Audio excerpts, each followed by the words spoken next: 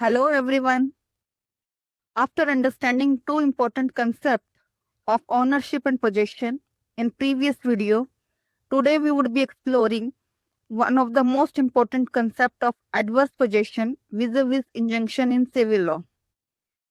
Doctrine shapes property rights and judicial remedies and therefore are important for both legal professionals and property owners. The doctrine of adverse possession allows a person to claim ownership of the land which they have occupied without the permission of the original landholder.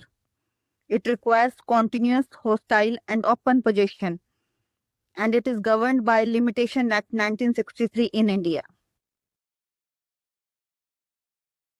Now we would discuss key elements of adverse possession.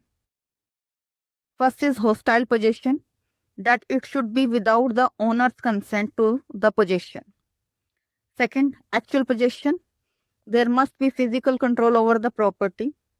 Third, it should be an open possession and against the interest of others, which means it should be visible to the others, including to the owner.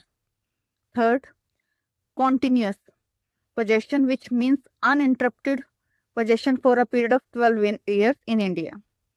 These elements must be proven in court in order to come into the ambit of adverse possession.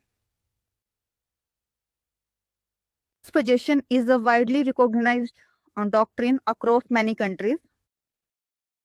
In UK, USA, Australia, and Canada, it is a part of common law which evolves through judicial precedents.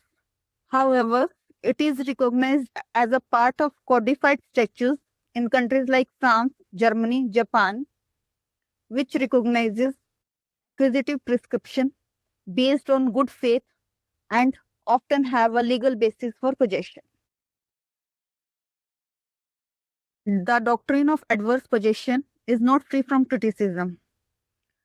Critics argue that this doctrine undermines property rights of the owner and rewards the trespasser.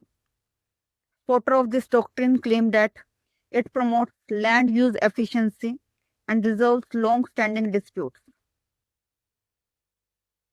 The Supreme Court of India has recently reaffirmed the applicability of doctrine of adverse possession in a case Ravinder Kaur Grewal versus Manjeet Kaur in 2019. It stated that adverse possession is a valid title claim provided that the possession is open, continuous, and hostile. Now we understand the applicability of adverse possession vis-a-vis injunction. Adverse possession deals with acquisition of rights over time in the property. Injunctions are about preventing or enforcing action through court orders. Therefore, it is a sort of equitable remedy. The minimum time requirement is 12 years. However, injunction can be based on immediate or long-term basis. The legal genesis is also different for adverse possession, which is Limitation Act 1963, while the injunction gets its teeth from Specific Relief Act 1963. Since possession is prioritized in injunction cases, adverse possession also become one of the bases to grant an injunction even though they are not the legal owners. However, the question of ownership would be resolved in a full trial only. So far, we have understood that adverse possession challenges the traditional property norms and injunction protects rights and prevents harms. Both are vital tools in civil law.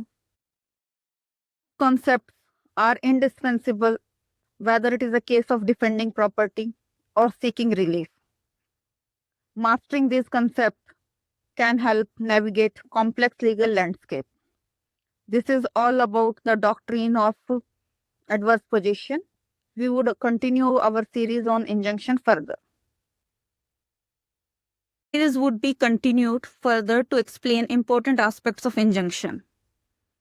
This would be helpful to all the individuals, including professional in legal fields. Do continue to watch our series and share your feedback by way of comment. If found helpful, please like and share as much as possible and subscribe.